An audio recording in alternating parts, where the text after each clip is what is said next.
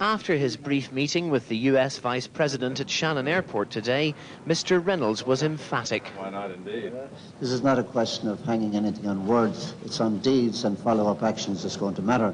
Yeah. And I think the statement yesterday evening, the joint statement from John Hume, Jerry Adams and myself, should put it beyond any shadow of doubt as to where the future lies, that there's a total and absolute commitment to a solution of this problem by peaceful and democratic means.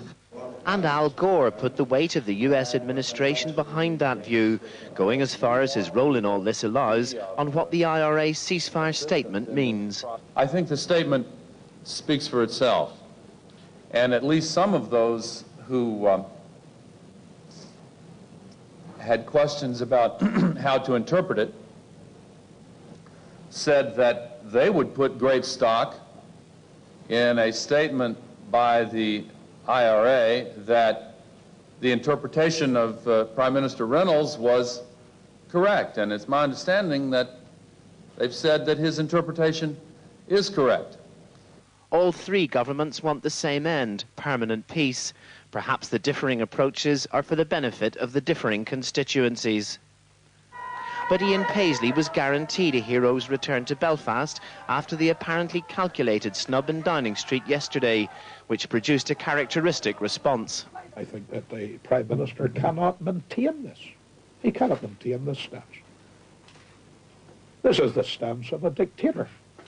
You believe me, this is what Hitler said. You either believe me or you go to the gas chamber.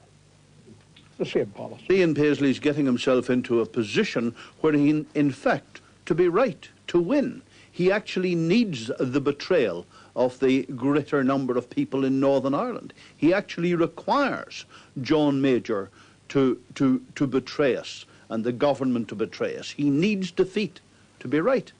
An IRA ceasefire is a huge step. The political process of securing peace will take many more. Dennis Murray, BBC News. The government says security has been relaxed as a result of the IRA ceasefire, but only slightly. The Northern Ireland Secretary Sir Patrick Mayhew said it was a response to the reduced threat of terrorism in the province, as George Eakin reports. On duty in the Falls Road, West Belfast today, time for a joke. The soldiers were relaxed, the smiles were for real. The IRA ceasefire is a week old tonight. One patrol in the city centre was even seen without flak jackets. Little by little, things are changing. The checkpoint that usually stops traffic outside this police station on the way into Newry wasn't there today. Barely a car was held up at the big checkpoint on the Irish border. There are certain things that are not in place that were. That is the case because the commanders and the chief constable in particular, who is in the lead here, believes that it is right to make a reduction in proportion to what is seen to be a reduced threat. Last month, the RUC Chief Constable Sir Hugh Ansley signalled that the level of security force activity would be reduced if the IRA called a ceasefire, and it held. Soldiers on patrol in Londonderry this evening were wearing berets instead of helmets. In some areas, that's been normal practice for months. Sinn Féin's Martin McGuinness said security levels weren't any lower in nationalist areas like the Bogside or Cregan, but some have noticed a change. But the security forces around Cregan have decreased. I'm not talking about a big margin, but slightly.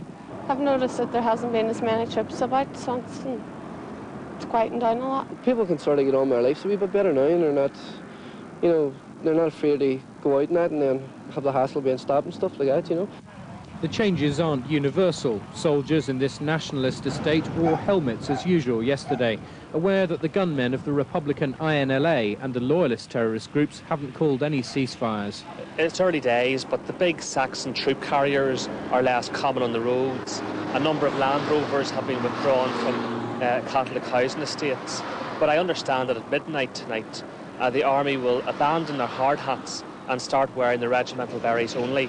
It is a small but symbolically significant step. But Army policy on shutting back roads across the border hasn't changed, despite campaigners continuing to reopen them. We now declare this road open permanently. But the changes now being seen in security policy are only as permanent as the IRA ceasefire itself. George Eakin, BBC News, Belfast. The Northern Ireland Secretary Sir Patrick Mayhew is tonight addressing a meeting of an Orange Lodge in Cumber, County Down, the first time that a Northern Irish Secretary has spoken to such a gathering. Sir Patrick said the government accepts and is glad that a substantial majority of people in Northern Ireland support the union with Great Britain. In a speech designed to reassure the Unionist community, he said, "The firm bedrock of all the government's policies is that Northern Ireland is part of the United Kingdom." The trial of 3 men accused of conspiring to carry out an IRA bombing campaign in London last year has begun at the Old Bailey. Thomas Macaulay, Gerard Mackin and Derek Doherty denied the charges. The jury was told they planted 12 bombs in London over a period of 7 days, causing considerable damage, and that they would have planted 10 more had they not been arrested. The government's welcomed Malaysia's decision to lift its ban on awarding contracts to British firms. The ban was imposed 7 months ago after newspaper allegations here that the Malaysian Prime Minister had been offered a bribe and that Britain had provided aid for the controversial Pergau Dam project in return for lucrative arms deals. In the 7 months since it was imposed, Malaysia's ban on British companies tendering for government projects has arguably had limited effect. But today, it was lifted. The Cabinet today has agreed to reconsider its decision on British companies. They are now eligible to participate fully in all contracts and tenders involving the Malaysian government.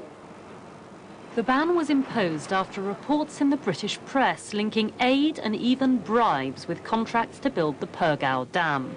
The Malaysians were incensed. British ministers, embarrassed by the whole trade for aid row, welcomed today's move. I'm delighted because it now gives British companies an opportunity to get back in there bidding for business which they would otherwise have been excluded from. We're talking about some billions of pounds.